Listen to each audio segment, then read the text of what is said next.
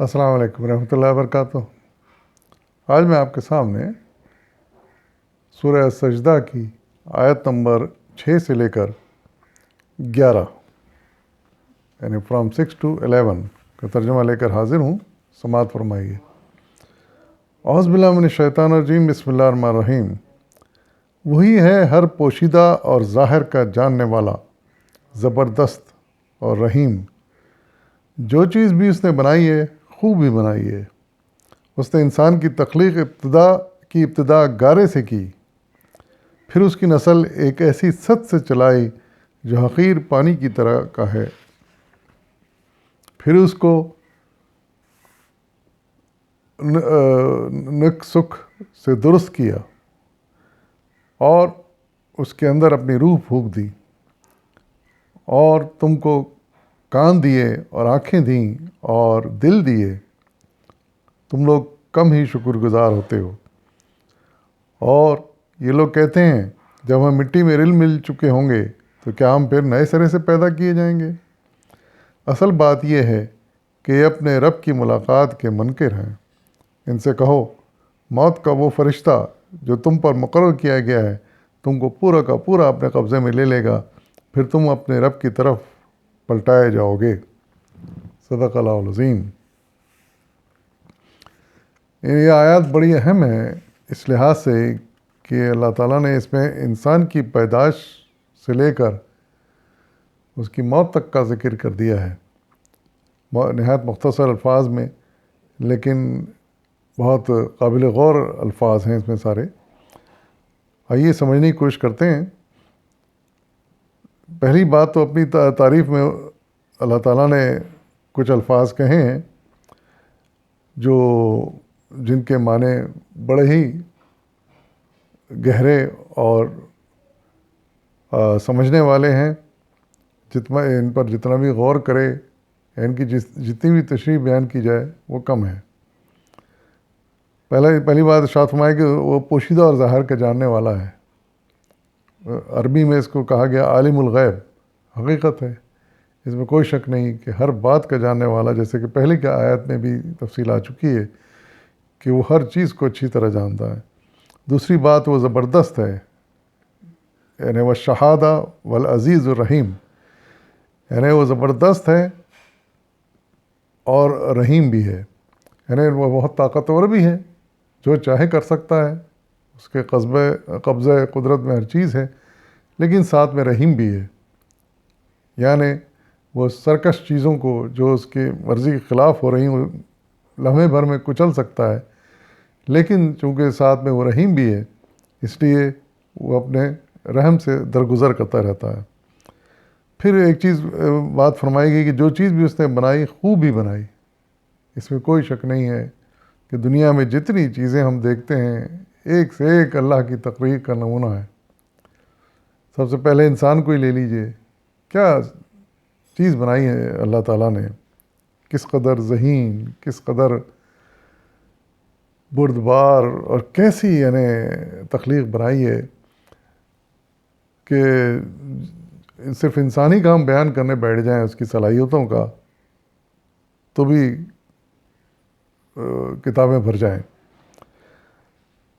پھر اس کے علاوہ اور بے شمار چیزیں ہیں، جس چیز پر نظر ڈالیں آپ، یعنی کسی چرند پر نظر ڈالیں، کسی پھول پہ نظر ڈالیں، کسی پرند پہ نظر ڈالیں، سمندر کے اندر جانوروں پر نظر ڈالیں، ایک سے ایک چیز اللہ تعالیٰ نے بنائی ہے، دیکھنے میں بھی نہایت خوبصورت ہیں، ان کے فائدے بھی بہت ہیں جن سے انسان فائدہ اٹھاتا رہتا ہے، اور بڑی حیرت انگیز چیزیں بھی ہیں جن کو دیکھ کر بڑی حیرت ہوتی کہ اللہ تعالیٰ نے کس طرح بنائی، کیسے بنائی۔ پھر ان چیزوں کا مختصر ذکر کرنے کے بعد پھر کہ اللہ تعالیٰ نے جو چیز بنائی خوب بنائی، اس میں سب چیزیں شامل ہو جاتی ہیں۔ اس کے بعد پھر اللہ تعالیٰ نے انسان کی تخلیق کے بارے میں ذکر کیا ہے۔ یہ بڑی اہم آیت ہے اس لیے کہ یہ ہمارے بارے میں ہے۔ اللہ تعالیٰ ارشاد فرما رہے ہیں کہ ابتدا مٹی کے گارے سے کی، اور یہ آیات پہلے بھی آ چکی ہیں جہاں تخلیق انسان کا ذکر آیا، اور پھر اس کی نسل ایک ایسے سط سے چلائی جو حقیر پانی کی طرح. یہ بھی ہم جانتے ہیں کہ انسان کی نسل پھر ایک حقیر پانی کی بوند سے آگے چلتی جاتی ہے، اور آج تک چلی جا رہی ہے اور آئندہ بھی چلتی رہے گی قیامت تک. پھر اس کو نقص سے درست کیا، مطلب اس کی باریکیوں کا سنوارا، آنکھ، ناک، نقشہ، بال، یعنی غرض کے ہر چیز کہ ایک اچھا انسان، پرکشش انسان بن کے نکلے. اور جب ایک اس طرح کا ایک اللہ تعالیٰ نے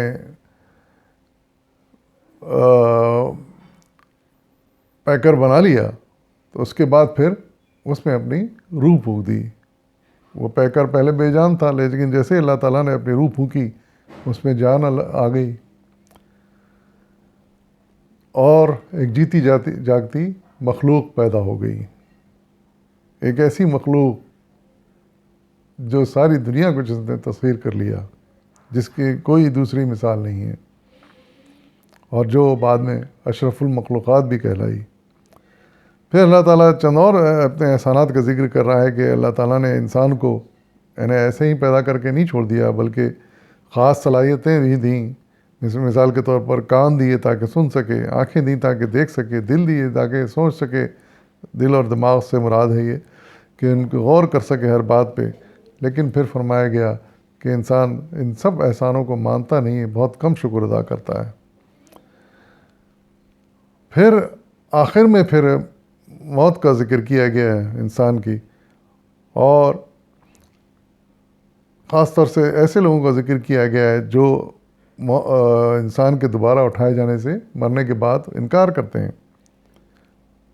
یعنی اس موت کا ذکر یہ کیا گیا ہے کہ مرنے کے بعد ہر انسان تقریباً مٹی میں رول مل جاتا ہے، ہڈیاں بن جاتا ہے اور مٹی میں گھل مل جاتا ہے. لیکن پھر اللہ تعالیٰ کا وعدہ ہے، یہ بھی اس کی قدرت کا عظیم شاہکار ہے کہ وہ کہتا ہے کہ جو ہم اس انسان کو دوبارہ اٹھائیں گے. لیکن بہت سے لوگ اس بات پہ یقین نہیں کرتے، اس بات کا انکار کرتے ہیں. لیکن اللہ تعالیٰ جب ارشاد فرما رہے ہیں کہ ہم اٹھائیں گے تو یقیناً اٹھائیں گے. ایک وہ وقت آئے گا قیامت کے دن کہ جب کہ سب لوگ ایک مرتبہ دنیا کا ہر انسان مر جائے گا، اور لیکن پھر اس کو پھر دوبارہ اٹھایا جائے گا، پہلے انسان سے لے کر آخری انسان تک. اور اس کے بعد جو ہوگا اس کے بارے میں بھی تھوڑا سا اشارہ کر دیا کہ موت کا فرشتہ جو تم پر مقرر کیا گیا ہے وہ تم کو پورا اپنے قبضے میں لے لے گا، اور پھر تم اپنے رب کی طرف پلٹائے جاؤ گے. نہیں، اس کے لیے خاص اللہ تعالیٰ نے فرشتہ رکھا ہے، اور ظاہر اس کے تحت بھی ماتحت بھی فرشتے ہوں گے. تو ان کا کام یہ ہے کہ یہ انسان کی روحوں کو قبض کر لیں اور کسٹڈی میں لے کر پھر اللہ تعالیٰ کے سامنے اس کو حاضر کر دیں. اس انسان کے دوبارہ اس موت کے وقت جو صورتحال پیش آتی ہے اس کی تشریح مولانا نے بڑی اچھی طرح اپنی تفسیر میں کی ہے.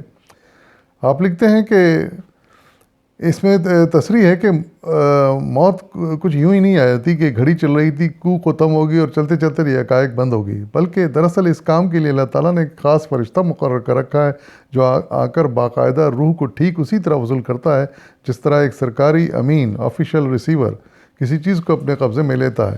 قرآن کے دوسرے مقامات پر اس کی مزید تفصیلات جو بیان کی گئی ہیں ان سے معلوم ہوتا ہے کہ اس افسر کے ماتحت فرشتوں کا ایک پورا عملہ ہے جو موت وارد کرنے اور روح کو جسم سے نکالنے اور اس کے قبضے میں لینے کی بہت سی مختلف نوع خدمات انجام دیتا ہے. نیز یہ ہے کہ اس عملے کا برتاؤ مجرم روح کے ساتھ کچھ اور ہوتا ہے اور صالح روح کے ساتھ کچھ اور.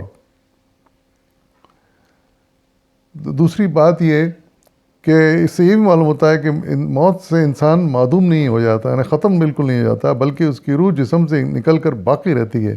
قرآن کے الفاظ موت کا فرشتہ تم کو پورا کا پورا اپنے قبضے میں لے لے گا اسی حقیقت پر دلالت کرتے ہیں، کیونکہ کوئی معدوم چیز قبضے میں نہیں لی جاتی، یعنی جو غائب ہے وہ قبضے میں کیا لی جائے گی.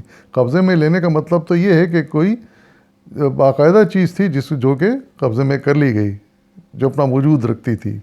اور یہ وہ شخصیت ہوتی ہے جو کہ انسان کے اندر اللہ تعالیٰ ڈالتا ہے اس کی پیدائش کے وقت. وہ شخصیت انسان کے جسم سے نکال لی جاتی ہے، اپنی کسٹڈی میں لے لی جاتی ہے اور اس کو عالم بالا میں پہنچا دیا جاتا ہے. تو یہ جو موت آتی ہے حقیقت میں انسان کے جسم کو آتی ہے، ہمارا جسم ختم ہوتا ہے، اس سے پتہ چلتا ہے، لیکن وہ شخصیت جو اللہ تعالیٰ نے انسان میں ڈالی تھی وہ باقی رہتی ہے، اور فرشتے اس کو نکال کر اپنے قبضے میں لے کر اللہ تعالیٰ کے حضور پیش کر دیتے ہیں. تو یہ وہ مختصر سی روداد ہے جو انسان کے اوپر بیتتی ہے. وآخر دعوانا والحمد للہ رب العالمین.